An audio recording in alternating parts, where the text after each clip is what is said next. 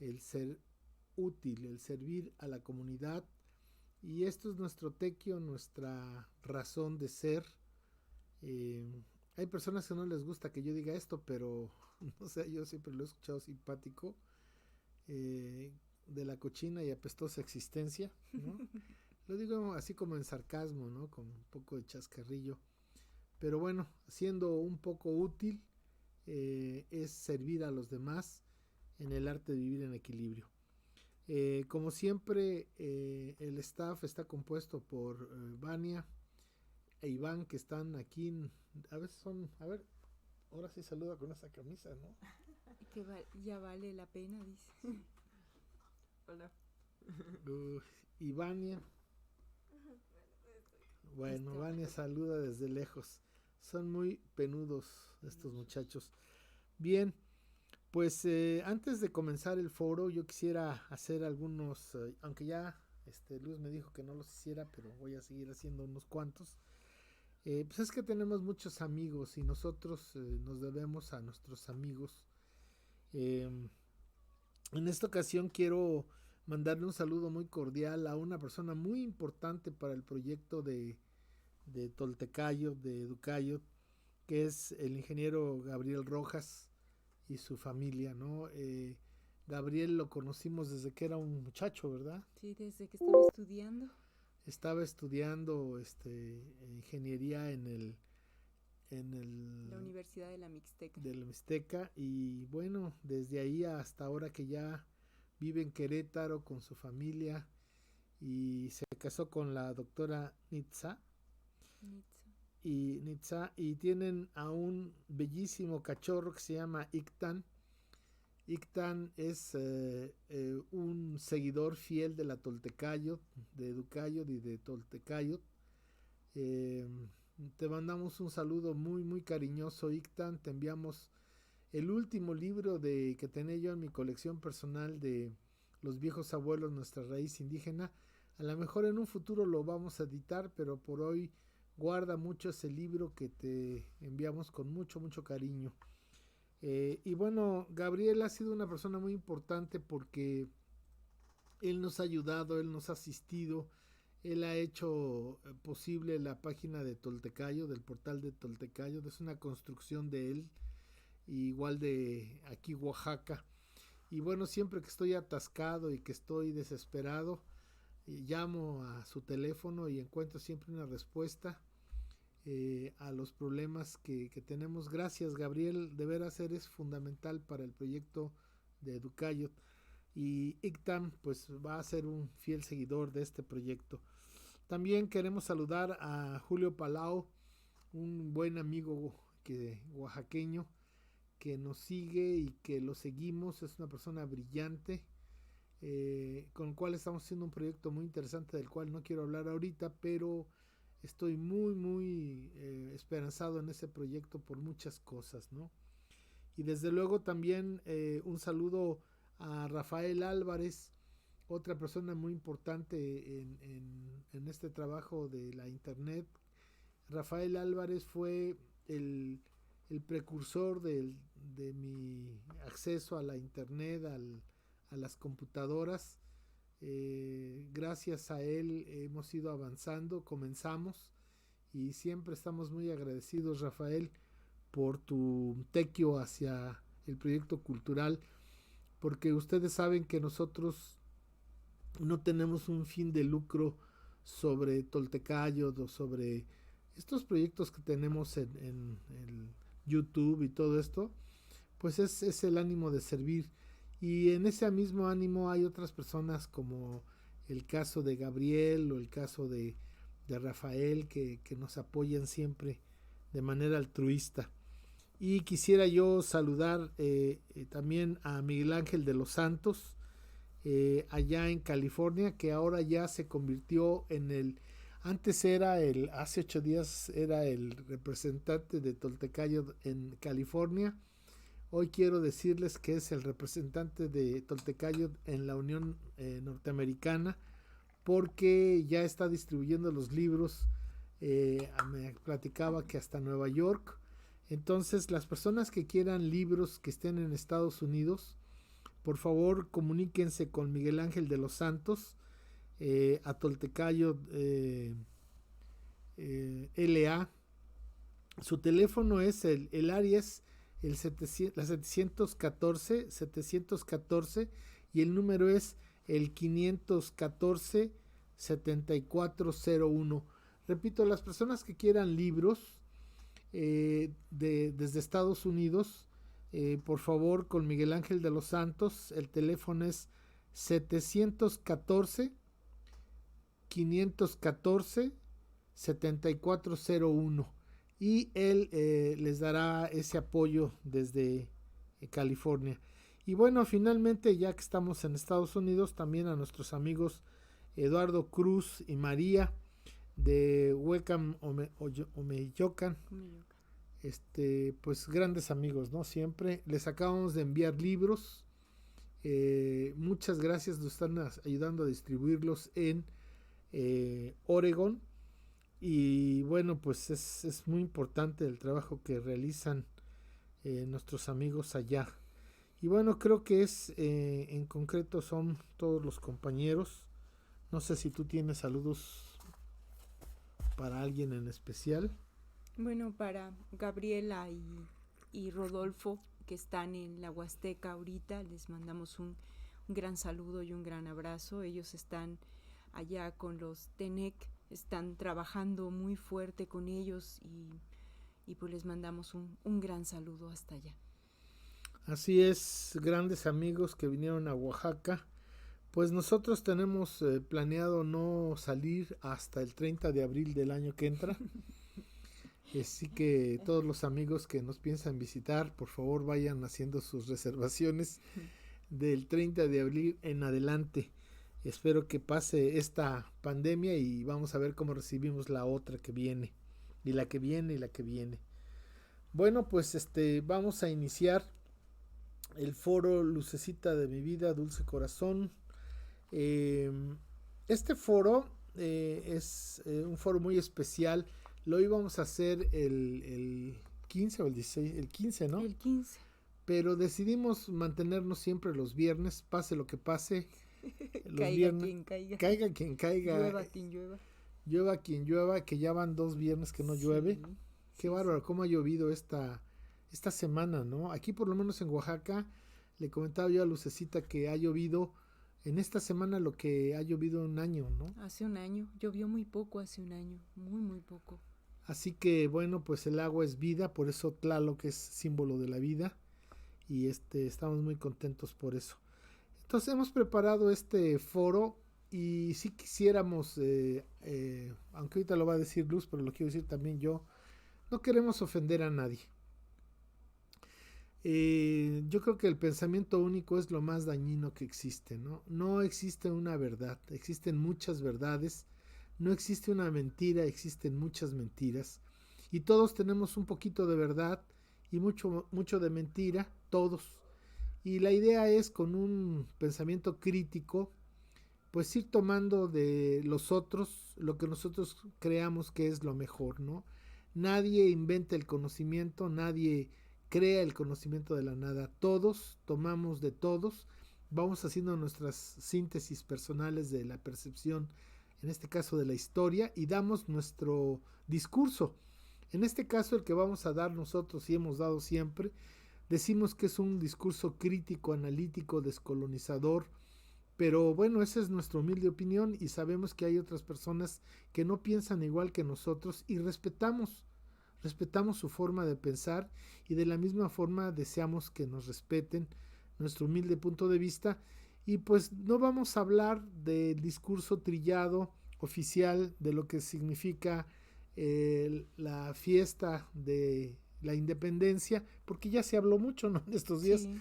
Entonces nosotros vamos a hacerles otra propuesta y bueno, esperamos que les guste. Adelante, Lucecita.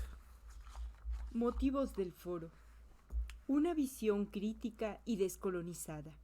Un análisis de fondo y no de forma. Recomendamos a las personas que se sienten muy patriotas se abstenga de presenciar el foro, porque será incómodo, ya que daremos otra visión de la independencia. Nos han vendido una narrativa acartonada, decimonónica, neocolonial y patriotera que responde a los intereses ideológicos, políticos y económicos de los beneficiados del sistema colonial y neocolonial. Aquí es muy importante esto. Esto no es propio solamente de México. Todos los países del mundo tienen su discurso oficial, su historia oficial, su día de la independencia, porque recuerden que los estados-nación son muy modernos, en los que será 10,000 años de civilización que tiene la humanidad. Los estados-nación no tienen más de no llegan a 250 años. El primer estado-nación fue Estados Unidos en 1776. Entonces, las personas, los pueblos antes se integraban por religiones, por lenguas, por costumbres, por geografía, pero esto de integrarse por estados-nación, con territorio, bandera, himno, etcétera, esto es muy reciente, ¿no? Entonces, en todos los países, pues también existe el día que festejan a su independencia. Imagínense, Estados Unidos festeja su independencia, y ya si Estados Unidos festeja su independencia, imagínense, nada más que de quién, ¿no? De ellos mismos. De ellos mismos. Entonces, sí, exactamente de ellos mismos, porque Inglaterra sigue siendo Estados Unidos, sí, y Estados Unidos sigue siendo Inglaterra.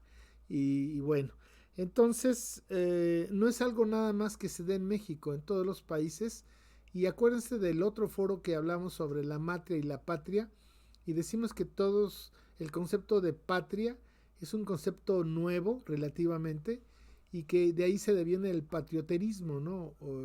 Y en este sentido, pues es una exageración, un exabrupto de estos ideas de, pues hasta xenofóbicas, de amor a la patria, de la patria en lugar de nuestros padres. Sin embargo, las 6 civilizaciones con origen autónomo tienen matria, es decir, la madre cultura ancestral milenaria. Entonces, bueno, el concepto de patria es nuevo, entendámoslo de esta perspectiva, no es propio de México.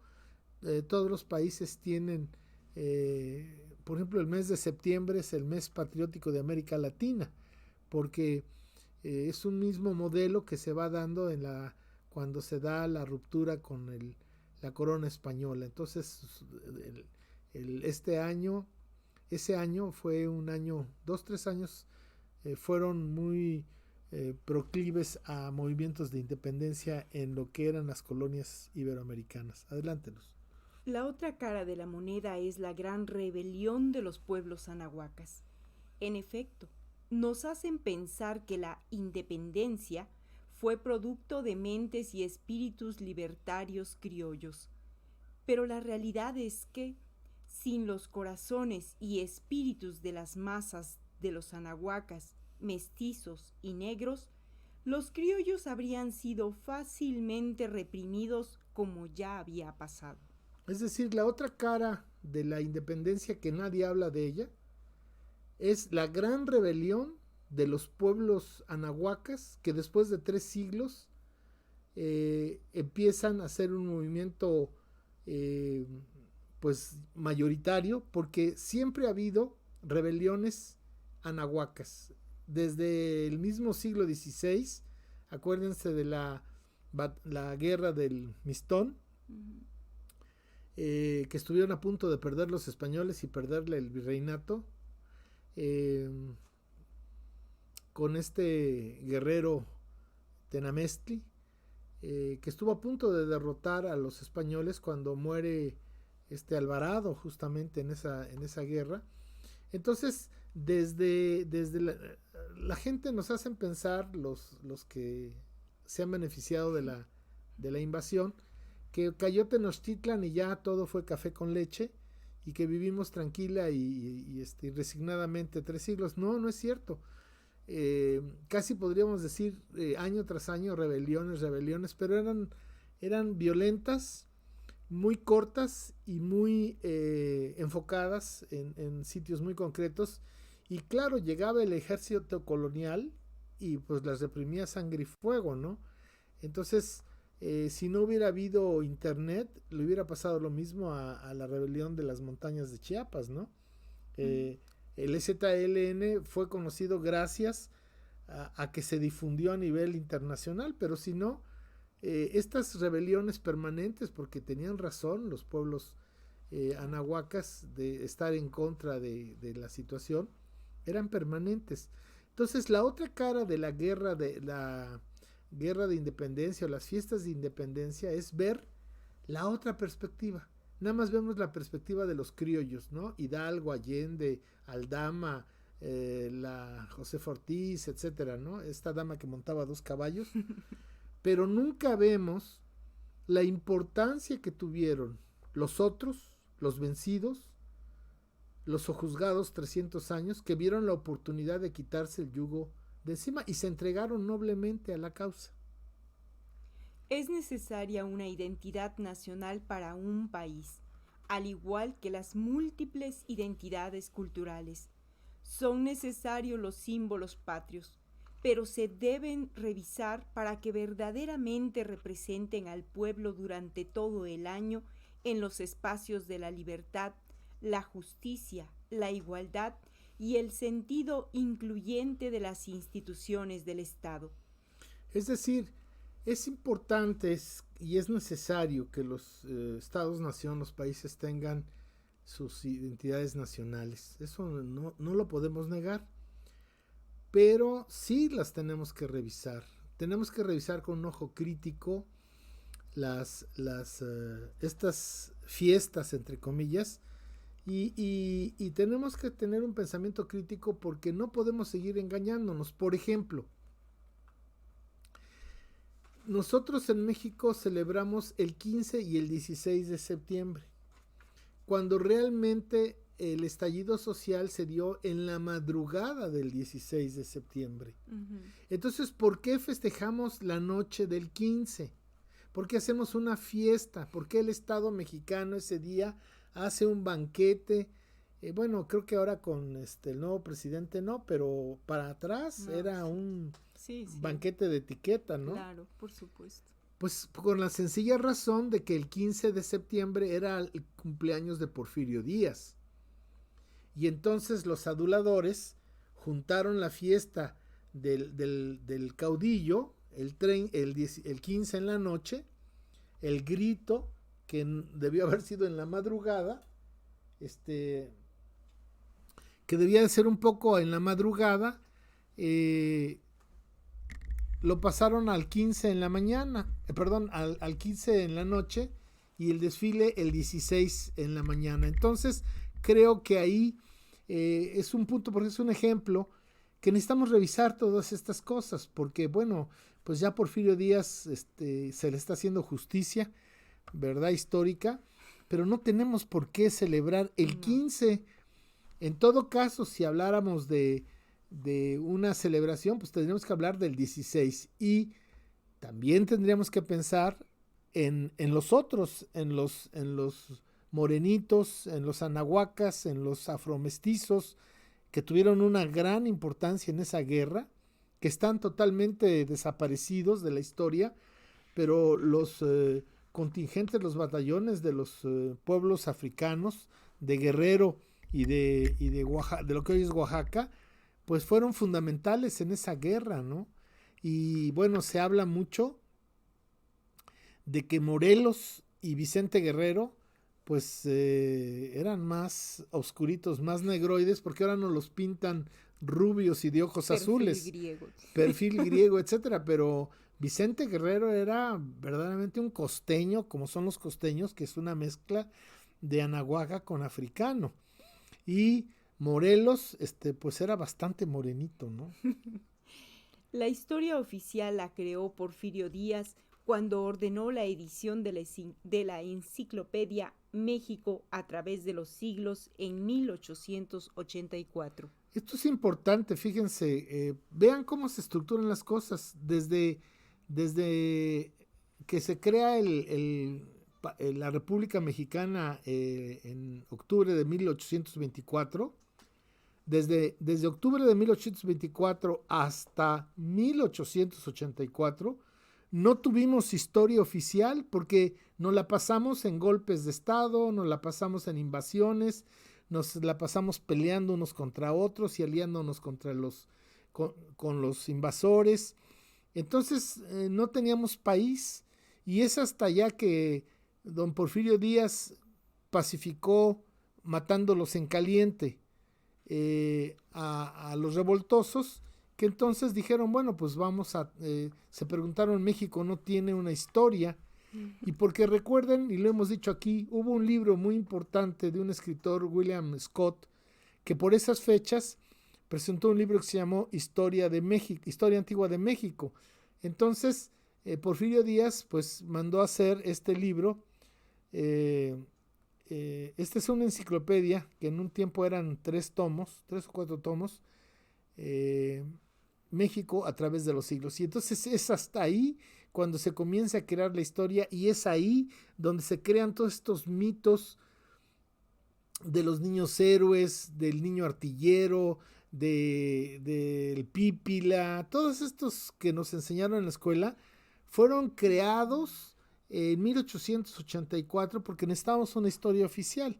Ahora, sean ciertos o sean falsos, eso no importa, porque son mitos constituyentes de una identidad nacional, como todos los países. No estoy criticando eso. Además, todos los países tienen estos mitos que son a veces pues casi mágicos, ¿no? Pero bueno, eso no importa. Lo que sí es importante es revisarlos, sobre todo desde la perspectiva de la decolonialidad. El inicio de la agresión. Este país nace a través de un hecho violento, injusto e inhumano. Esos son los cimientos de México. La invasión española en 1519 es el inicio de la destrucción de las instituciones, leyes y autoridades que, en el Anáhuac, se habían creado a lo largo de miles de años. En su lugar se impusieron, a sangre y fuego, nuevas leyes, autoridades e instituciones de carácter colonial durante 300 años que mantuvieron a los pueblos del virreinato de la Nueva España en calidad de derrotados y totalmente excluidos del gobierno. Es decir, otro elemento que tenemos que tomar en cuenta es que el nacimiento de este país desde la perspectiva del otro, es decir, del colonizador, conquistador, colonizador, pues porque ellos no toman en cuenta los miles de años para atrás, y verbo y gracia, y con todo respeto, como dice aquel, la 4T habla de 4 grandes transformaciones de México, y comienzan con la Constitución de 1824. Quiere decir que para los de la 4T, la invención del maíz, la invención de la milpa, los olmecas, etcétera, miles de años atrás, eso no cuenta, eso no es México. Para ellos México es en 1824 con la creación de la Constitución y la creación de la República Mexicana en octubre de 1824. Entonces fíjense cómo, pero no podemos negar que este llamado país México pues surge a partir de una invasión donde vinieron personas de otros lugares, del otro lado del mar, a los cuales no les habíamos hecho nada, y vinieron a robar, y vinieron a matar, y vinieron a destruir nuestro conocimiento. Y como dijo el texto que leyó Luz, vinieron a destruir nuestras leyes, nuestras autoridades y nuestras instituciones que habíamos creado a lo largo por lo menos de 3000 años. Y en su lugar crearon nuevas leyes, nuevas instituciones y nuevas autoridades, pero no las de España, porque si hubieran sido las de España hubiéramos sido súbditos españoles. No, se crearon leyes, autoridades e instituciones de carácter colonial que de alguna manera siguen vigentes en nuestro país, y por eso hablamos de una época colonial y de un presente neocolonial. Nada más que estas instituciones, estas leyes y estas autoridades ahora están disfrazadas con un maquillaje supuestamente democrático, pero que obedecen a estas viejas estructuras. Entonces, no olvidar que este país nace a partir de un acto violento, agresivo, injusto, de robo, de sangre, y que se va a mantener 300 años así hasta principios de 1800, que va a tomar otra forma de pasar de una colonia a pasar a ser una república una república. Adelante, Luz. Inicio de la colonia. La destrucción de la Ciudad de México Tenochtitlan marca el inicio de lo que le sucederá a los pueblos y culturas del Anáhuac. La destrucción total de su cultura material e inmaterial, de sus instituciones y su sabiduría. Por parte de los españoles, iniciará a través de 1521 una lucha entre Hernán Cortés y sus cómplices en contra, primero de los españoles nobles, que manda la corona española para que tomen control del poder, y después una franca lucha de Cortés con sus 2 hijos y sus seguidores en contra de la corona.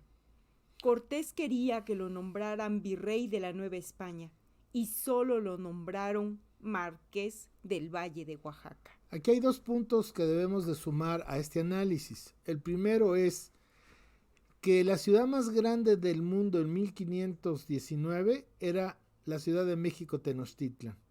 Del mundo, no estoy diciendo de Europa o de Abyanáhuac, estoy diciendo del mundo. No quiere decir que en otro tiempo más antiguo, otras ciudades del mundo antiguo llegaban a tener tantos o más habitantes que Tenochtitlan. Pero para 1519, París, que era la ciudad más grande de Europa, era una cloaca, literalmente una cloaca asquerosa, y tenía 62,000 habitantes.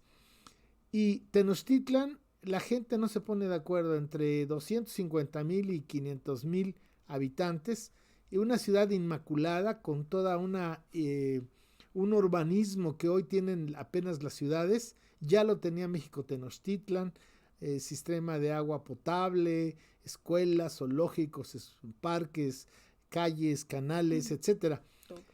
Y recuerde usted que Adolfo Hitler, esta bestia terrible, no destruyó París.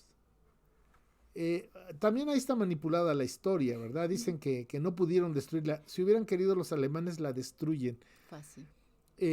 Los alemanes, esos nazis, no los alemanes, los nazis, que es diferente, no destruyeron París porque sabían que París era una joya o es una joya de la cultura universal. Y en ese momento Tenochtitlan era verdaderamente una joya de la cultura universal.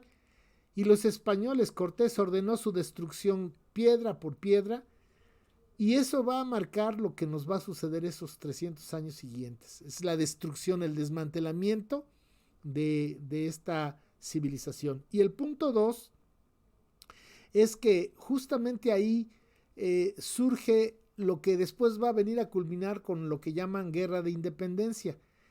Hernán Cortés y sus secuaces eran dueños de lo que comenzaba a ser el virreinato. Comenzaba a ser porque el virreinato se instauró más tarde. Pero en ese momento Hernán Cortés, vamos a decir en 1522, Hernán Cortés tenía más hombres, más oro, más tierra que el propio rey de España. Y la corona española ya sabía que Cortés era un villano. Y no lo quería, el rey nunca lo quiso recibir, el rey Carlos I de España y V de Alemania nunca lo quiso recibir, le mató simplemente a su ¿cómo se llama? El que se les quita los pecados al rey. A su confesor. A su confesor real, a Fray Juan de Tecto, que el rey le mandó a Fray Juan de Tecto para que le dijera realmente qué era lo que hacía Cortés, y Cortés se lo mató, ¿no? Se lo asesinó. Entonces no querían a Hernán Cortés porque sabían que era un tipo traidor, un tipo de mala sangre, había traicionado hasta a su abuelita en silla de ruedas. No miento, no exagero. Perdón. Espérame, entonces aquí el punto está en que ahí nace lo que, por favor, ahí nace lo que va a ser la Guerra de Independencia. una lucha entre españoles que habían, entre comillas, con las armas, apoderadose, según ellos, de lo que era el virreinato de la Nueva España, y que poco a poco la corona española le fue quitando el poder a Cortés y a sus hombres. Cortés inmediatamente empezó a dar tierras e indios a sus compinches, que les llamaban las encomiendas, y poco a poco la corona les fue quitando todo, menos al marqués del Valle de Oaxaca, y les empezó a enviar a una nobleza media que pues no eran muy ricos, pero eran nobles y venían pues a hacer riqueza, porque todos vinieron y siguen viniendo a hacer riqueza. Sí. Entonces ahí empezó a haber una lucha entre aquellos que se creían dueños de esa tierra, de esa gente, de esa riqueza, y esta burocracia noble que llegaba a desplazarlos. Entonces ahí se empieza a ver esta diferencia entre lo que más adelante se conoció como gachupines, es decir, los españoles nacidos en España, y los hijos de esos que llegaron en 1519 y que con la espada empezaron a tomar lo que no era suyo, ¿no? Entonces, bueno, dice el dicho que ladrón que roba ladrón, pero aquí el punto era que ahí es donde comenzó esta gran pugna entre aquellos que se decían criollos y aquellos que les llamaron gachupines. Y vean ustedes, por favor, con pensamiento crítico, fíjense que hasta la fecha nos siguen gobernando los criollos. De eso podemos hablar más adelante. Pero fíjense cuánta ideología hay en todo esto. Al pueblo nos han hecho creer que lo criollo es lo auténtico, lo original, lo mejor del lugar. Entonces dice la gente, este es maíz criollo, esta es una gallinita criolla. Esta es la rosa criolla, contra la rosa de Castilla. Sí, entonces, los criollos, ellos eran los nacidos en los españoles, hijo de madre española y padre español, pero nacidos, la desgracia de haber nacido en el continente Abianáhuac, eso los hacía de segunda. Y los españoles que venían de España, y si más si eran nobles, y más si traían un encargo de la corona, pues eran las élites, ¿no? Que durante 300 años hicieron aquí de las suyas. Sistema de castas. El sistema de castas fue un instrumento creado por la corona para fomentar las divisiones y luchas entre los diferentes sectores del virreinato e impedir su unión y lucha en contra de la corona. Este sistema se mantiene vivo en las relaciones económicas, políticas, sociales, cultural y educativas, pero de manera agazapada, de forma hipócrita. Infranqueables murallas étnicas y culturales que mantienen divididos a los habitantes de este país en dos bandos, los vencedores y los vencidos. Así es, la creación del sistema de castas es una obra maestra de la corona española para que no hubiera movimientos independentistas. Los pusieron a pelear entre ellos, divide y vencerás. Entonces en el sistema de castas hasta arriba estaban los gachupines, es decir, los españoles nacidos en España y más si tenían un encargo de la corona, nobles. Después seguían los criollos, hijos de español y de española, pero con la desgracia de haber nacido ya en el continente Abianáhuac, ya eran de segunda. En el gobierno, por ejemplo, los altos cargos eran solamente para los gachupines. En la jerarquía religiosa, los altos, ¿cómo se dicen? ¿Cargos? Mandos religiosos también solamente era para gachupines. Y en el comercio también los gachupines eran los que tenían la llave. Y desde luego en el ejército los altos mandos también eran de españoles nacidos en España. Y esto lo va usted a ver después en la guerra de independencia, como por ejemplo los curas que intervinieron en la guerra contra los gachupines, pues eran curas de bajo nivel, ¿no? Hidalgo, Allende, Matamoros, todos eran curas de parroquias, de pueblos, no eran las altas jerarquías. Y lo mismo, Allende, Aldama, todos estos militares, lo más que podía llegar el criollo en el ejército era ser capitán. Arriba de capitán necesitaban ser españoles nacidos en España. Luego seguían los mestizos, que también les llamaban las castas, es decir, estas castas eran muy, pues a veces hasta sarcásticas. Hay que leer, busquen lo de las castas, pero el saltapatrás, el lobo negro, en fin, unos nombres. Son muchísimas. Que tenían muy perfiladas las personas. Si se casa uno con y tiene un hijo, es esto, y si esas castas. Y luego venían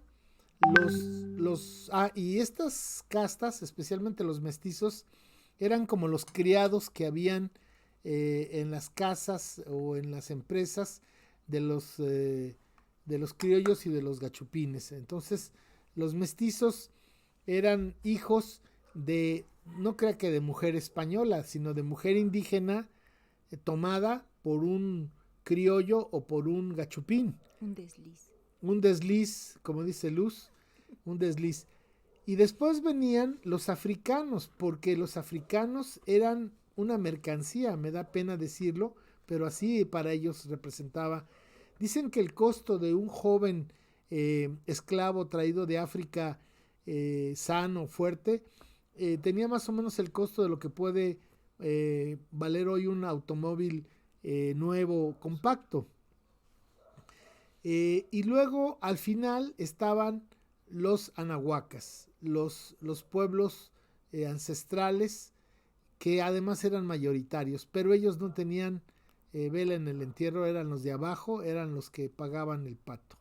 Tenemos algunos. Sí, tenemos varios comentarios.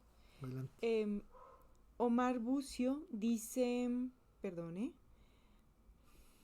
es que es el primero. Saludos mis estimados maestros, aquí acompañándolos. Es un gusto siempre oírlos. Debido a la enajenación del trabajo no había podido estar con ustedes, pero el universo hoy conspiró para que sí. Un deleite escucharlos. Gracias. Miguel Ángel de los Santos dice, saludos maestro para usted y su esposa. Aquí estamos en Santa Ana, California, escuchándolos con mucho interés. Ya me quedo que la semana que entra te envío el lote de libros para que los difundas en todo Estados Unidos. Carlangas Campos dice, gracias por esta otra historia. José Luis Hernández dice saludos. Y Omar Bucio dice nuevamente, sin ir más lejos, en el Tahuantinsuyo, uno de los libertadores de origen Aymara Tupac Amaru II fue un líder indígena que murió a manos de la corona española por levantarse en armas por allá de los 1700. Uno de los cronistas que dio cuenta de ello fue el gran Guauman Poma de Ayala. Y luego Víctor Terán manda saludos Víctor. Gracias. Omar Bucio dice de nuevo, uno de los grandes libertadores que la historia no ha reconocido, pero Gaspar Yanga es uno de ellos. Ese es un libertador africano, mexicano, bueno, de que estaba en Veracruz en aquella época, Yanga. Indio Ismeño dice, aún así, de noche o de madrugada, de todas maneras es una fiesta de criollos, que ya dejaron de ser héroes desde el momento que utilizaron indígenas. Para rebelión es contra sus propios paisanos. Dice, para rebelión es contra sus propios paisanos españoles. Y continúa, y sucede que legitimamos esas fiestas, como de la misma manera que la Virgen de Guadalupe en diciembre, de tal manera que solo el Estado pueda abolir esa parte política y legitimar las fiestas nacionales mucho más relevantes como las de Juárez. Albert Mar dice, buenas noches. Carlos Alberto Jiménez Cortés, gracias por compartirnos sus conocimientos. ¿Podrían apoyarnos con bibliografía para adentrarnos en estos temas básicos para entendernos como cultura? Por favor, los que quieran la bibliografía, escriban a tigremarin@gmail.com, tigremarin, y con mucho gusto pídanmela y yo se las envío. Es todo. Correcto, seguimos. Entonces, ¿con cuál? El inicio de los países. ¿Qué número?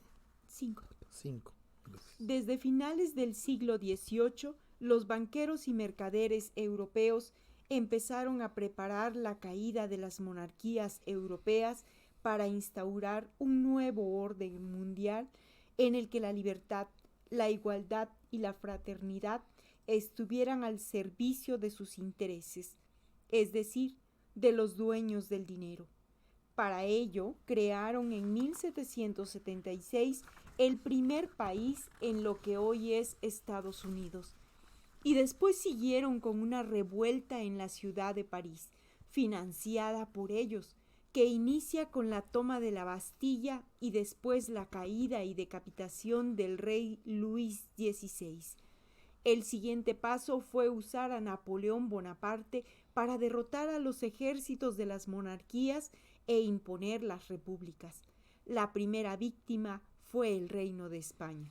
Es decir, ¿cómo entender esto que llamamos independencia o esa fiesta que hacemos de independencia? Bueno, ¿dónde se da eso? ¿Por qué antes no se había desarrollado una lucha de este tipo? ¿Por qué los criollos no habían dado el salto mortal sobre sus hermanos los gachupines o sus parientes los gachupines?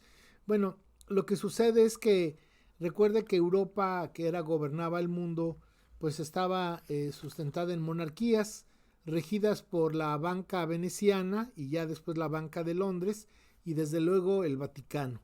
Ellos eran el control político y económico y militar de Europa. Pero los hombres del dinero, los mercaderes, pues por mucho dinero que tuvieran no tenían poder, y entonces ellos decidieron en un plan maestro crear un gobierno en la oscuridad, y ese gobierno estaba sustentado en el dinero, y entonces crearon toda una estructura que nos la venden muy bonita en la historia oficial y nos dicen que Francia, una revolución francesa, eso es falso. Fue una sonada igualita que la que pasó en Chile, por ejemplo, con Salvador Allende. Es que es la misma medicina, es el mismo proceso. Y quien controla el dinero, controla la economía, y quien controla la economía, controla el pipirín de la gente. Y cuando los dueños del dinero cierran las válvulas de la economía, pues la gente brinca, y entonces ellos dicen, no, pues estos son ellos, como los 650 que dicen que no hay libertad en este país para hablar mal del presidente. Los están matando de hambre. O esas señoras un poco gorditas que dicen que los están matando de hambre. Entonces yo creo que aquí hay que entender este proceso, que los dueños del dinero van a crear el nuevo orden mundial, que va a ser la democracia de los mercaderes, esta democracia sustentada en el dinero, y que van a necesitar acabar con las monarquías. Y primero esto surge en Estados Unidos, ¿verdad? Hay que ver la historia de Estados Unidos, pero es una creación económica. Y después van a comenzar en Europa con Francia, y van a empezar a caer los reinos como dominó. Y fíjese qué interesante, Inglaterra y Prusia, que siempre se han odiado, Primera, Segunda Guerra Mundial y siempre, se unieron sus ejércitos en Waterloo para luchar contra Napoleón. Es decir, los ejércitos monárquicos en contra de Napoleón, que representaba la modernidad, el mercado, la democracia, las repúblicas, pero que finalmente traicionó a sus amos, a los dueños del dinero, y se convirtió en emperador.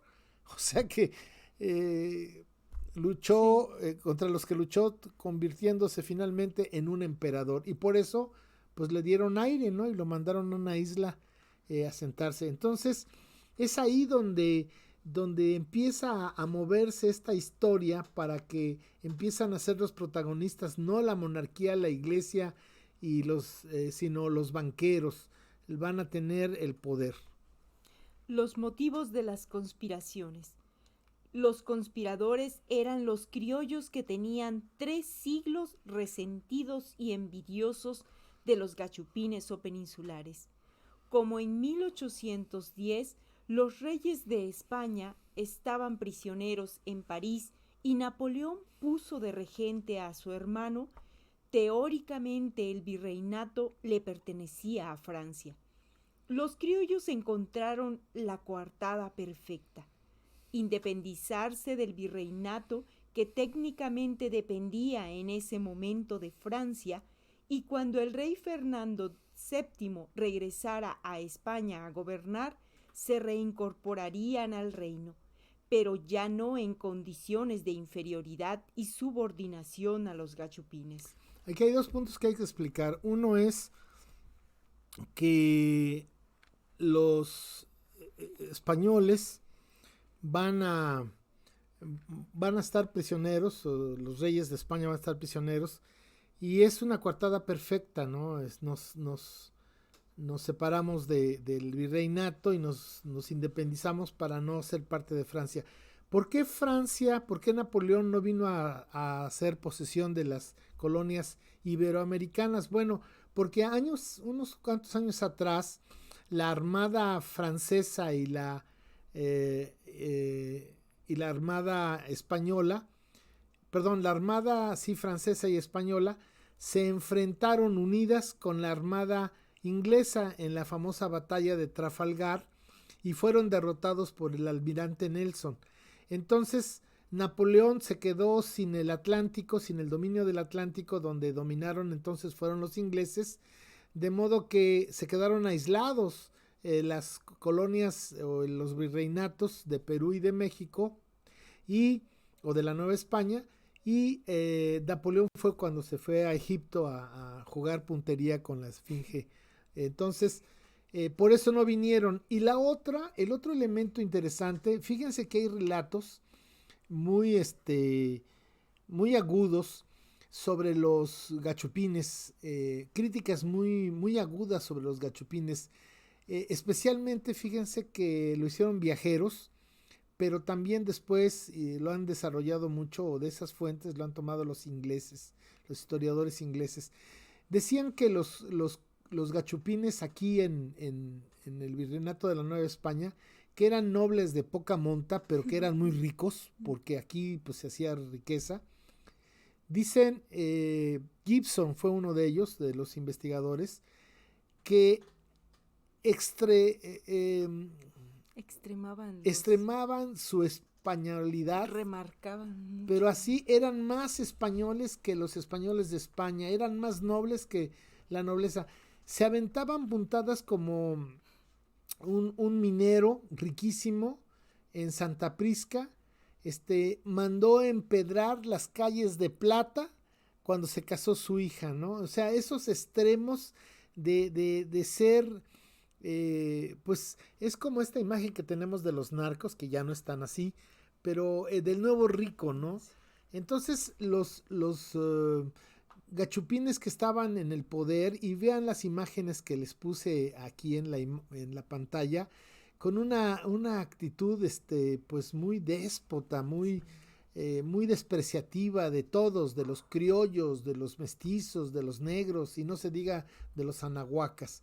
Entonces es ese odio que se va a ir gestando y esas injusticias en contra de los criollos, que pues van a tener un estallido en 1810.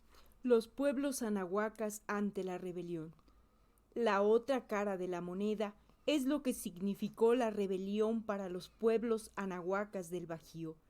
Cuando un cura les habla en su lengua, les promete que, de ganar la lucha, ellos tendrían la libertad y la recuperación de sus derechos perdidos durante 3 siglos. Hidalgo era un gran orador y conocía el sentimiento y las aspiraciones de los pueblos anahuacas. Guiados por la imagen de Guadalupe Tonantzin y por un cura, los pueblos anahuacas se volcaron a las órdenes de Hidalgo con el rechazo de Allende, que quería tener un ejército y no una turba de anahuacas. Pues esa es la otra cara de la moneda de la cual no hemos pues platicado, no hemos analizado, no hemos reflexionado, ¿no? Nos hemos ido por el lado fácil del discurso de los criollos, su festejo, ¿no? Porque pues para ellos fue un festejo. Sí, por supuesto. Pero para nuestra gente fue un fraude, otro más, ¿no? Otro engaño más, otra traición más, porque les prometieron el oro y el moro, porque los criollos por sí mismos no hubieran podido hacer un movimiento así. ¿Quién lo hizo? Lo hicieron los anahuacas y las castas, ¿no? Y claro, al final van a ser traicionados, como siempre han sido traicionados. Y por eso es tan importante el movimiento zapatista, porque es, yo creo que la primera vez que un movimiento cobra tal fuerza sin las armas y con la razón que siempre han tenido, pero con un enfrentamiento muy inteligente. Nosotros hemos leído mucho y se los recomendamos. Si quieren ustedes conocer la Toltecayot moderna de nuestros días, lean a Carlos Lenkersdorf. Carlos Lenkersdorf era un lingüista alemán, un doctor en lingüística, que se fue con su esposa a vivir casi 30 años a una comunidad tojolabal en Chiapas y aprendió la Toltecayot. Y él se convirtió igual que Marcos, que era un comunista maoísta, que iba a hacer la revolución, lo convirtieron. ¿Y quién lo convirtió? Pues la Toltecayot.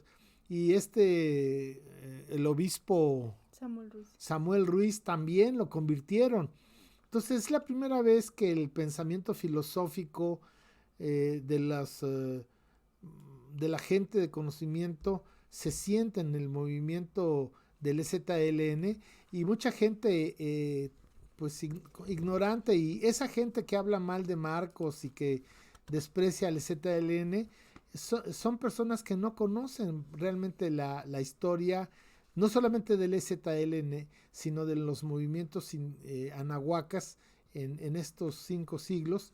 Y cuando Marcos, que es el vocero, dice hay que mandar obedeciendo, y la gente se desmaya de esa profundidad, pues eso es algo que fue generado en la democracia tolteca miles de años atrás.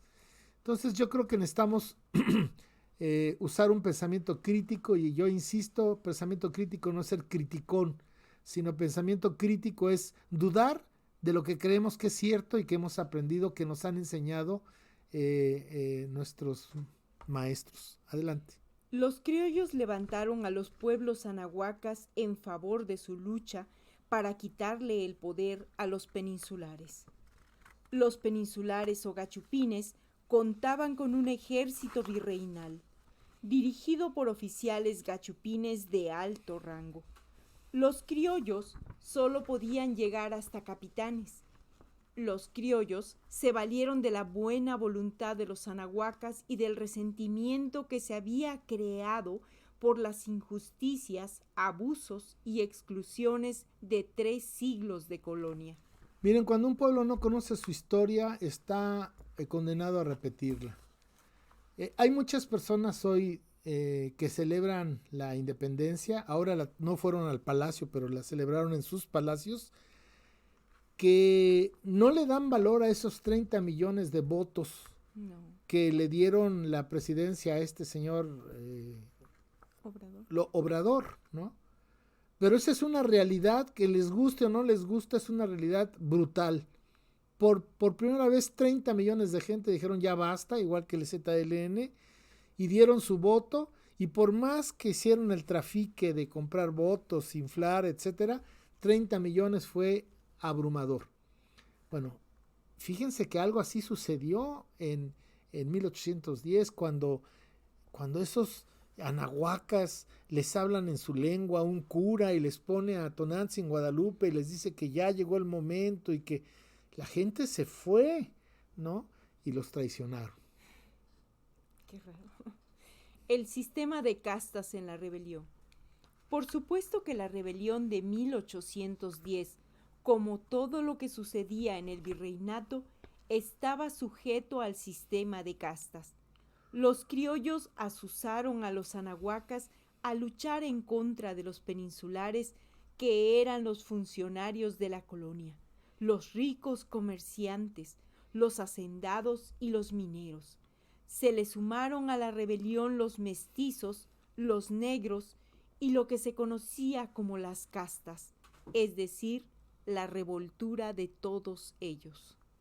Pero es importante señalar que entre Hidalgo y Allende existían grandes y serios desacuerdos en la condición de la rebelión, de la rebelión, a tal punto que Allende, después de la batalla del Monte de las Cruces, pensó en asesinar a Hidalgo. Aquí déjenme explicarles, fíjense cómo se repite la historia. Allende era militar y Allende quería formar y entrenar y uniformar a un ejército. Y quería como soldado pelear con otros soldados, que era el ejército virreinal. Hidalgo era un populista, diríamos hoy, lo acusarían de populista.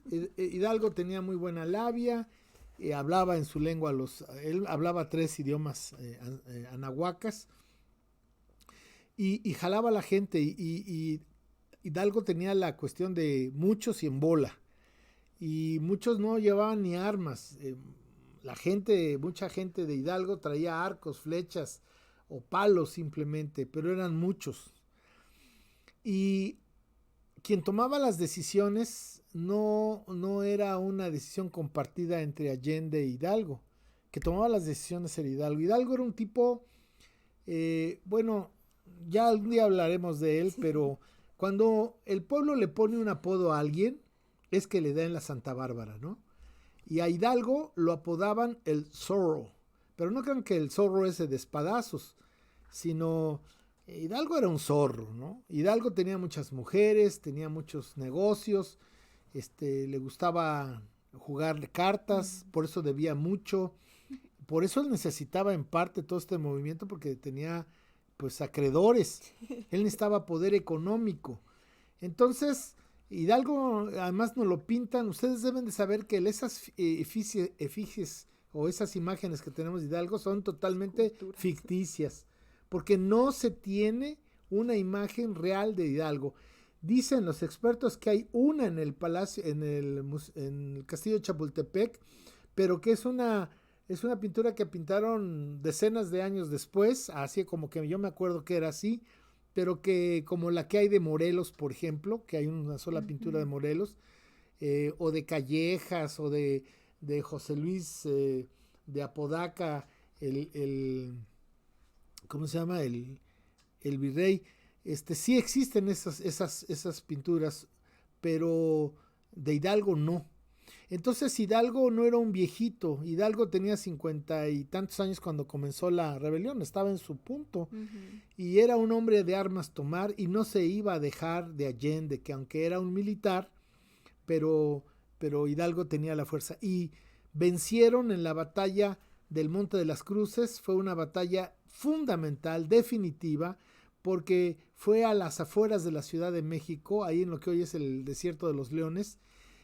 Fue una batalla que duró todo un día, desde la madrugada hasta en la noche, y donde el ejército español, el ejército virreinal, pues puso todo, y fueron vencidos por las turbas de Hidalgo, y pensaron que iba a caer la Ciudad de México. Ya habían caído otras ciudades. Acuérdense que el grito de Hidalgo es hora de matar gachupines, vivan los reyes de España. Y aún los ejércitos, cuando toman una ciudad, pues hacen una pillería y un saqueo y un asesinato. Ejércitos con mando. Ahora imagínense una turba de anahuacas resentidos. En la Ciudad de México iba a ser eso una tragedia. Por eso, cuando le hacen el juicio a la Santa Inquisición a Hidalgo, él dice esto en su defensa para que no lo maten, que él decidió no tomar la Ciudad de México y regresar. Cuando da la orden Hidalgo de no tomar la Ciudad de México, los militares se ponen verdes de coraje, y hay autores que dicen que ya se planeaba el asesinato por parte de la gente de Allende a Hidalgo, porque estaban peleando el poder. A partir de no tomar la Ciudad de México, pues se viene para abajo, después son derrotados, es derrotado Hidalgo, es derrotado Morelos, y la guerra se sigue así 11 años, cada vez haciéndose más pequeña. Adelante. El sistema de castas en la rebelión. Por supuesto que la rebelión de 1810, como todo lo que sucedía en el virreinato, estaba sujeto al sistema de castas. Los criollos asusaron a los anahuacas a luchar en contra de los peninsulares, que eran los funcionarios de la colonia, los ricos comerciantes, los hacendados y los mineros. Si quieres, por ejemplo, aquí ustedes pueden ver en la imagen, en el triángulo, están arriba los españoles, está Félix María Calleja, el general del ejército virreinal, y por el otro lado está José Luis de Apodaca, el virrey, ellos ambos gachupines, pero como criollos está Miguel Hidalgo y está del otro lado Allende, ¿o quién está? Vicente Guerrero. Vicente Guerrero, perdón. Ignacio Allende y Vicente Guerrero abajo. Ajá, entonces vean cómo después en los negros, pues yo puse ahí a José María Morelos y Pavón, porque pues sí se habla que era el negro mulato, y del otro lado está Vicente Guerrero. Entonces fíjense cómo en las castas se va viendo eso, y al último los anahuacas. Y aquí hay un personaje muy famoso que hasta hace muy poco en la historia nacional era nada más conocido, de lo poco conocido, era conocido como simplemente el indio de Niuyó, ¿no? Pero que hoy se sabe que su nombre era Remigio Saravia, que fue una persona que en el cerco que le habían puesto los españoles en Guajuapan, le fue a avisar a Morelos que estaban en aprietos y ya salvaron el cerco de Guajuapan, pero hasta recientemente se le reconoce como no como el indio de Nuyó, sino como Remigio Saravia. Y abajo hay dos imágenes, el del dragón militar español o de la corona en el virreinato, y pues el otro desarrapado, ¿no? Que pues se pepenaba lo que se pepenaba en las batallas y pues se iba en bola y era más gente de Hidalgo que gente con uniforme y grado militar como quería Allende. Adelante, Lucecita. Es interesante observar que mientras Hidalgo e Iturbide son criollos, Morelos y Guerrero son mulatos. El acendrado racismo y enraizado clasismo en la formación de lo que hoy malamente llamamos México tiene sus orígenes en el virreinato y siguieron vigentes en el neocolonialismo de los 2 últimos siglos. La traición a los anahuacas y el abrazo de Acatempan. Después de la derrota militar de Hidalgo y Morelos y 11 años de lucha en la que se derrumbó la economía del virreinato, Vicente Guerrero y sus hombres, que eran una pequeña guerrilla en las montañas del sur. En España había regresado el rey a gobernar en Madrid, pero por la Constitución de Cádiz se proponía quitar la corona e implantar una república, como estaba sucediendo en Europa. Los criollos y gachupines pensaron en hacer las paces y fundar su propio país. Esto se inició con el famoso abrazo de Acatempan entre Iturbide y Guerrero.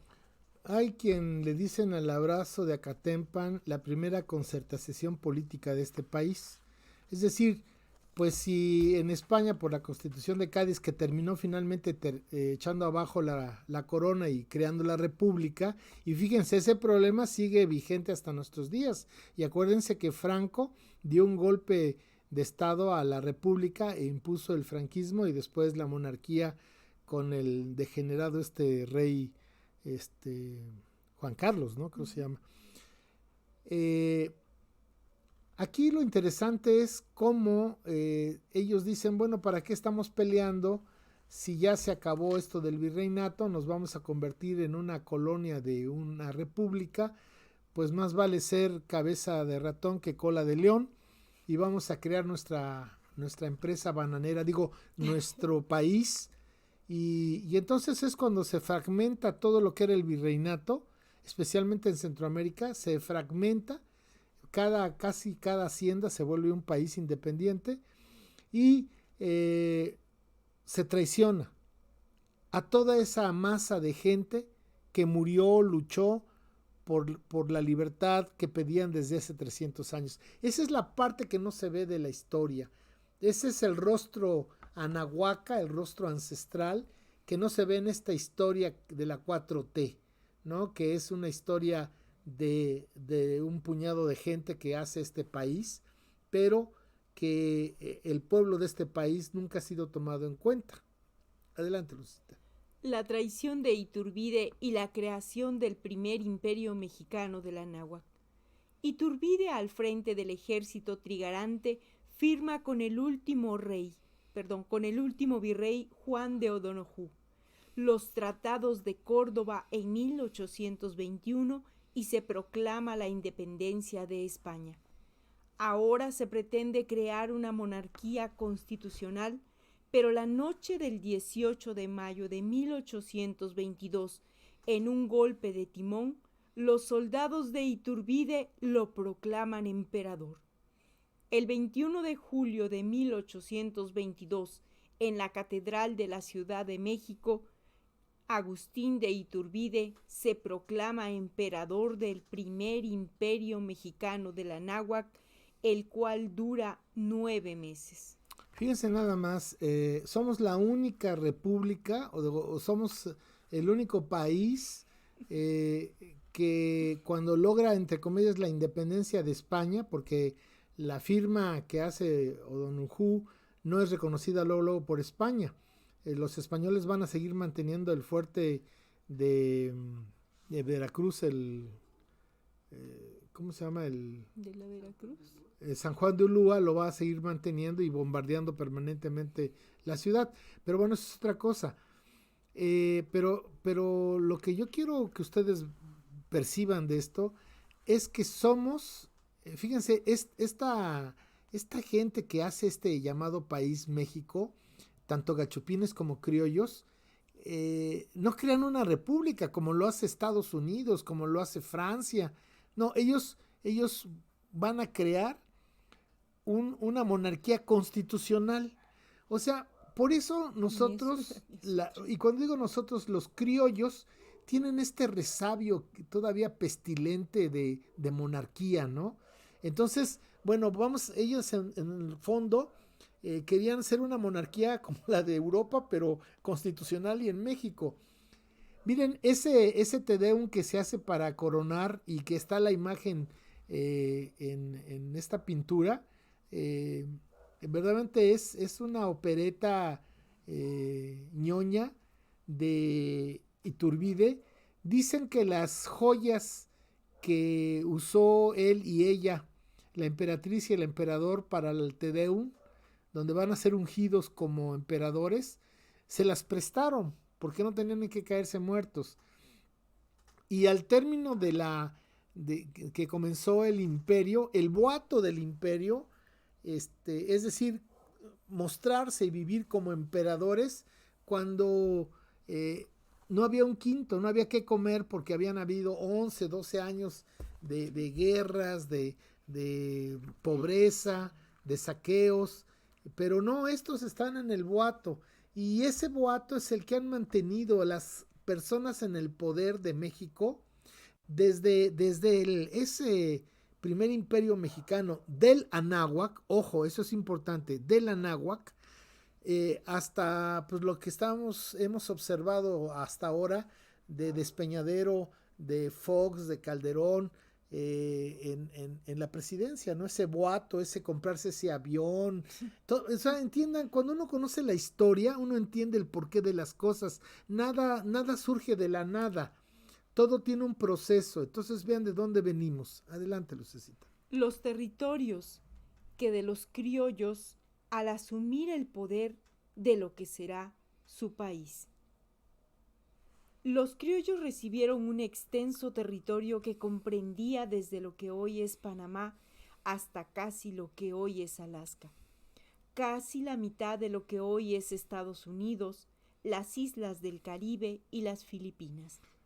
Grandes extensiones de tierra totalmente deshabitadas por la corona española especialmente en el norte del territorio y sin fronteras legalmente delimitadas con Estados Unidos, Rusia y Francia. Todos esos territorios los perdieron los criollos. Fíjense, esta gran extensión de tierra que recibieron los criollos la han perdido. Vean hasta dónde han reducido a México. Y hay quienes quieren ya pasarlo a que sea barras y estrellas, ¿eh? Pero hay relatos, porque no estaban definidas las fronteras, hay relatos de enfrentamientos de soldados dragones de la colonia española con soldados rusos, ¿no? O sea, acuérdense que Alaska pertenecía a Rusia, ¿no? Después se la vendieron a Estados Unidos, pero no estaban delimitadas las fronteras y el centro de lo que hoy es Estados Unidos, pues también estaban ahí los franceses, pero eran fronteras que no existían, no había fronteras, no estaban delimitadas. Y luego todo el Caribe, todas las islas del Caribe y las Filipinas, entonces era una extensión tremenda de tierra y la ineptitud, la pequeñez, la corrupción, la avaricia también de los criollos. Fíjense lo que ha hecho de este país, de ellos y para ellos. Adelante, Lucecita. El nacimiento de un inexistente país sin pueblo. El 4 de octubre de 1824 nace la República Mexicana con la Constitución de 1824. El primer presidente, con el falso nombre de Guadalupe Victoria, pues su nombre verdadero era José Miguel Ramón Aducto Fernández y Félix. Nace dentro de una inestabilidad política porque primero se da una lucha entre españoles nacionalizados mexicanos que seguían manteniendo el poder económico y los criollos. Finalmente, los criollos traicionan a los españoles nacionalizados y los expulsan de México en 1828. Se supone que en esas fechas existían poco menos de 6 millones de mexicanos en el nuevo país, de los cuales 5 millones eran anahuacas, 250,000 africanos, 40,000 europeos y los demás eran las castas. Como los anahuacas desde esas fechas hasta hoy en día no son tomados en cuenta por el gobierno, México en 1824 nació como un país sin pueblo. La creación de un puñado de iluminados que copiaban todos los modelos del extranjero. Bueno, fíjense, aquí hay un punto muy interesante. México nace en 1824 gracias a una concertación entre criollos y gachupines en que dicen vamos a dejar de pelearnos, vamos a hacer nuestro propio país. Órale. Y entonces los que habían sido gachupines firmaron unas cartas en las que renunciaban a ser súbdito español y pasaban a ser ciudadanos mexicanos. Órale, pues firmaron y ya eran flamantes ciudadanos mexicanos. ¿Y qué pasó? Pues que nada pasó, porque los gachupines seguían teniendo el dinero y el poder y los criollos pues chiflando en la lomita. Entonces se dieron cuenta los criollos que ese nuevo país iba a ser de los gachupines y que ellos se quedaban porque no tenían el dinero, no tenían las haciendas, las minas, el comercio. Y entonces, ¿qué decidieron hacer los torpes criollos? Expulsarlos con las leyes de 1828. Pero ¿saben qué hicieron estos estúpidos? Propiciaron la primera fuga de capitales de este país, ¿no? Porque cuando los reyes de Castilla y Aragón, los llamados reyes católicos, expulsaron a los judíos de la península, no les permitieron sacar ni caballos, era lo que podían ir cargando, porque esa riqueza se iba a quedar para la corona. Bueno, estos tontos les dijeron, váyanse, llévense su riqueza. Y entonces el país comienza pidiendo prestado, ¿no? A los bancos extranjeros, especialmente europeos y norteamericanos. Y el otro punto es interesante, porque esta es una reflexión que hay que pensarla. ¿Por qué en 1824 nace un país sin pueblo? Fíjense, esto es algo muy profundo, porque eso es lo que ha sido México estos 200 años. Un país de membrete sin pueblo, un pueblo que no se le escucha, un pueblo que no se le atiende, un pueblo que se le engaña.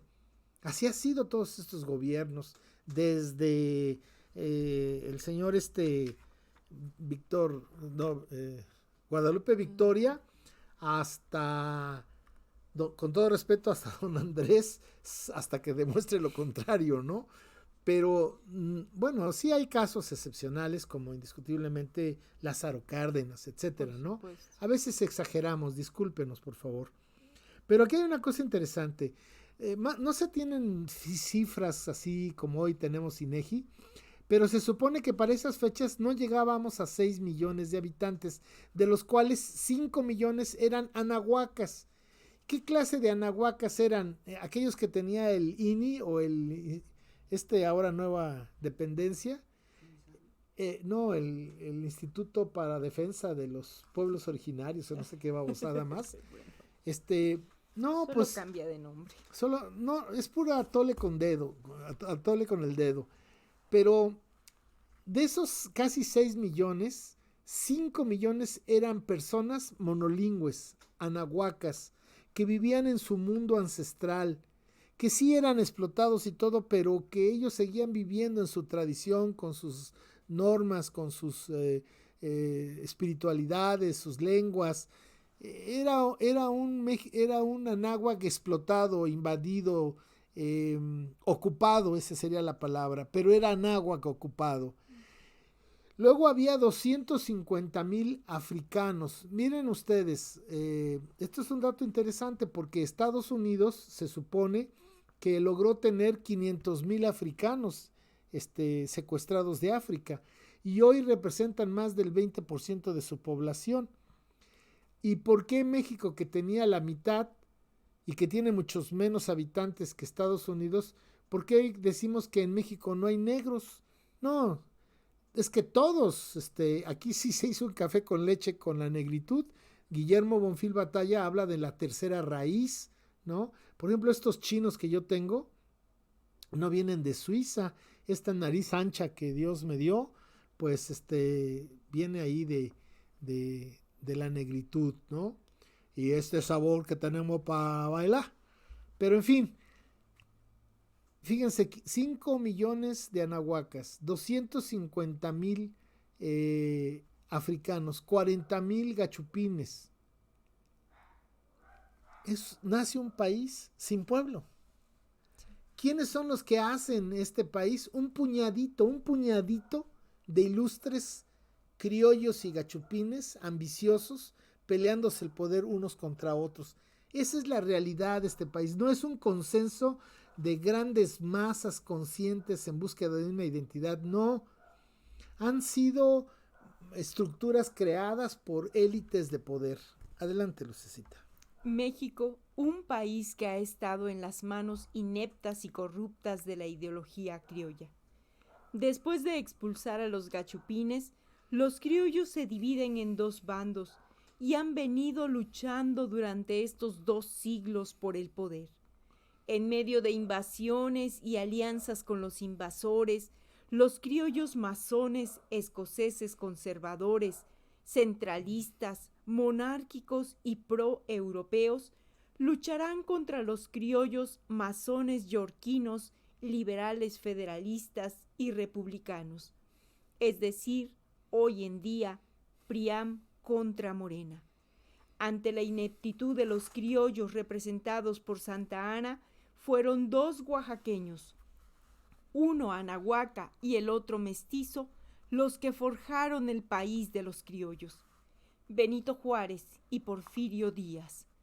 En estos momentos, México tiene una deuda externa de 219,300 millones de dólares. 90 millones de mexicanos viven en pobreza. Más de 250,000 muertos por la guerra contra el narco. 75,000 desaparecidos. Se pretende enjuiciar a 5 expresidentes por entregar los bienes de la nación a manos privadas. Otro que convirtió la deuda privada de unos cuantos allegados en deuda pública. Otro por traidor a la democracia. Otro por usar la fuerza pública para convertir el país en un cementerio, y el último expresidente por corrupción. ¿Qué se puede celebrar los días 15 y 16 de septiembre? Bueno, pues esta es una reflexión profunda que necesitamos hacernos con pensamiento crítico. Yo quiero nada más tomar este ejemplo de Santana, porque Santana se le ha satanizado a Santana, pero déjeme decirle que Santana muchas veces ya no quería regresar al poder y le suplicaban que regresara. Y así se chutó casi 30 años. ¿Y saben qué significa eso? La ineptitud, porque no había alguien mejor que Santana, ¿no? Entonces, para mí es la imagen del criollo inepto, corrupto, vendepatria, luego dispuesto a irse de este país y a saquearlo, y despreciando permanentemente a ese pueblo trabajador. Fíjense, hoy estos que han expulsado esta parvada de buitres a Estados Unidos, estos millones de personas que se han tenido que ir en calidad de ilegales a Estados Unidos para recibir una oportunidad que no tienen en su tierra, son los que están manteniendo este país. Son las remesas de nuestra gente en Estados Unidos la que ha liberado o ha permitido que este pueblo no muera, no sucumba. Y no se les reconoce, no se les reconoce. Yo creo que ahí está el criollismo también, ¿no? No se ha hecho justicia con toda esa gente muy capaz, y los hijos de esa gente que en muchos casos están no solamente en las universidades, sino han egresado de las universidades. Esos mal llamados mexicanos o México-norteamericanos no les abren un espacio. Miren, yo trabajé en Estados Unidos 2 años como maestro binacional y tuve en carne viva el encuentro con la diplomacia mexicana en los consulados. Y saben que en la Secretaría de Relaciones Exteriores es la élite, ¿eh? Es gente muy por arriba del nivel 0. Y esa gente muy por arriba del nivel 0 tenía que trabajar, tenía que servir a indígenas, a proletarios, y los ven con asco, con superioridad, por eso son tan ineficientes los consulados mexicanos en Estados Unidos. Deberían de poner gente México-norteamericana al frente de los consulados y quitar a esta bola de criollos con tantas canonjías que tienen en el servicio exterior. Pero este es un ejemplo, uno solo de muchos que hay, de que el sistema colonial sigue vigente. Entonces, Santana es el símbolo del criollismo. Y también quiero decir que estos criollos masones yorquinos y masones escoceses en esta lucha de 2 siglos fratricida nos han llevado al caos. Nunca han peleado por el pueblo, han peleado por sus intereses. Y bueno, estamos ahorita viviendo un momento muy, muy difícil. Creo que ya no estamos pasando de tiempo. Solo leo 2 comentarios. No, lee los que sean, hija. Sí, ya son los últimos. La señora Victoria Jiménez dice: saludos, disfrutando y aprendiendo de sus conocimientos. Alejandro Ocampo Castañeda dice: saludos. Ileana Sosa Gil, saludos Ileana y Guillermo, les mandamos un gran saludo. Saludos queridos y amigos Guillermo, Marín y Luz, siempre recibiendo su interesante y valiosa información. El nom nuestro de cada día, no hay diferencia entre hoy y hace cientos de años, aunque sigo pensando que en esta ocasión los cambios vendrán desde el despertar del espíritu. Gracias por compartir. Pues muchas gracias a ustedes. Yo quiero decirles que tenemos un personaje que es Miguel Ángel de los Santos, nuestro amigo en Santana, que está escribiendo un libro maravilloso. Lo tenemos ahí nos lo ha estado dando por partes. Lo tenemos en la plataforma de toltecayot.org. Está su nombre, Miguel Ángel de los Santos. Él está haciendo, el libro creo que se va a llamar ¿Por qué perdimos la guerra con Estados Unidos? Pero ¿saben qué es interesante? Que Miguel Ángel de los Santos demuestra históricamente que perdimos la guerra por el criollismo, por esta actitud déspota, inepta, corrupta de Santana como símbolo, pero de Santana para abajo, todos los oficiales, todos los ricos de México, nunca se la jugaron por este país. Yo creo que es un problema que no hemos llevado al análisis, el criollismo como ideología, porque también hay gente morena, no es una cuestión de fenotipo, es una ideología, porque también en las comunidades mal llamadas indígenas, pues también hay sus caciques de ideología criolla. El criollismo es una ideología que se sustenta en la explotación y depredación de los otros y de los recursos naturales en favor de mi persona. Y que me importa un pito los demás, no tengo ninguna responsabilidad histórica, y esa es una ideología que va desde la presidencia de la República, o ha ido desde la presidencia de la República, hasta humildes caciques chamulas, ¿verdad? Priistas, que son como el diablo, Cuidado y usted se ponga a ello, y ahora están metiéndose con las sectas religiosas, los evangélicos, que tienen hasta su ejército de Dios, pero con armas, con R-15. Entonces, bueno, estamos llegando al final. Muchas gracias por estar con nosotros. Les recordamos nuestros libros, que son nuestros frijolitos. A ver, Luz, háblanos de nuestros libros, pero yo estoy hablando mucho hoy. Bueno, tenemos el libro de Historia Verdadera. Es el libro base, es el libro que es el que es nuestra trinchera. Este libro maravilloso que se lo podemos enviar, se comunica a tigremarin@gmail.com para que se le pueda enviar este libro a través del sistema de correos. Es muy eficiente y realmente el tiempo pues es 1 semana y media aproximadamente, o 2, dependiendo del lugar. Y acá tenemos también el libro de Toltecayotl, que tiene un gran contenido, habla de nuestros abuelos en el ayer y en el hoy, que es acerca de nuestra cultura, de nuestra raíz, lo más importante que se dio y que se sigue dando. Tenemos también, aquí tenemos el libro de, creo que me confundí. Sí. Este es Pedagogía Tolteca y este es Toltecayotl. Y el libro de Pedagogía Tolteca habla acerca de esa forma de educar, esa forma de formar, esa forma de hacer los rostros propios y los corazones verdaderos.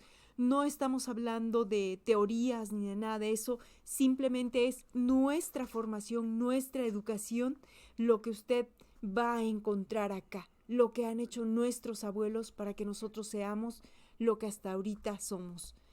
Y estos libros, además de otros más, usted los puede solicitar a tigremarin@gmail.com. Así es, se nos olvidó esta imagen que queríamos terminar con ella, no con esa otra horrible de esos 5 personajes. Por un lado ve usted a Morelos, a Guerrero y a Leona Vicario, y por el otro lado ve usted a Genaro Vázquez, a Lucio Cabañas y a la comandante Ramona, difunta ya, los 3 del lado derecho difuntos, bueno, todos difuntos. Y esta fotografía que está al centro que me conmueve, que es una mujer, que es un símbolo para mí, esa fotografía es la matria, avanzando, ¿no?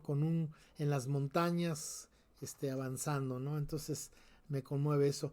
Y bueno, pues nosotros queremos decirles a ustedes que tenemos estos libros que están a su disposición, y también queremos decirles que las personas que quieran recibir, también explica eso de... Los que quieran recibir un audio, quieran recibir un video de 2 minutos a lo máximo, pueden mandar un WhatsApp, por favor, al 951-158-0555 y solicitar que se les agregue al grupo de difusión. A las víctimas. A las víctimas que lo deseen. Y finalmente tenemos el curso Historia Ancestral de México de 29 módulos que enviamos por correo electrónico y que personalmente yo atiendo a cada uno de los que se inscriben, voy siendo su asesor, módulo por módulo. Cada módulo tiene un texto de 2 cuartillas, un audio de 10 minutos, varios videos sobre el mismo tema y una parte del libro de Historia Verdadera del México Profundo que toca ese tema que estamos viendo, y alguna liga puede ser con algún otro autor. Este curso es un curso, no es historiográfico, es un curso que yo he seleccionado 29 temas que creo importantes conocer y que al conocerlo usted poco a poco va penetrando esta enorme riqueza cultural humana que es nuestra civilización en muchos campos del conocimiento y de la historia, en su preclásico, clásico y posclásico. En fin, nos dará mucho gusto. Ya tenemos 3 personas que han finalizado el curso y nos han dado pues comentarios muy alentadores, muy que apreciamos mucho, nos estimulan mucho. Está sirviendo esto. No hay exámenes, no hay tareas, no hay fechas fatídicas. Usted va avanzando al ritmo que pueda y ojalá pidan más información a tigremarin@gmail.com. Sí tiene un costo el curso, por supuesto, pero es un costo muy económico, muy económico. Entonces, bueno, pues esto es lo que nosotros tenemos para ustedes este día. Nos hemos tardado un poquito más, pero agradecemos su buena disposición. Muchas gracias, Iván, Ivania y Nahui, okay. Ronnie, la Ron que está aquí con nosotros.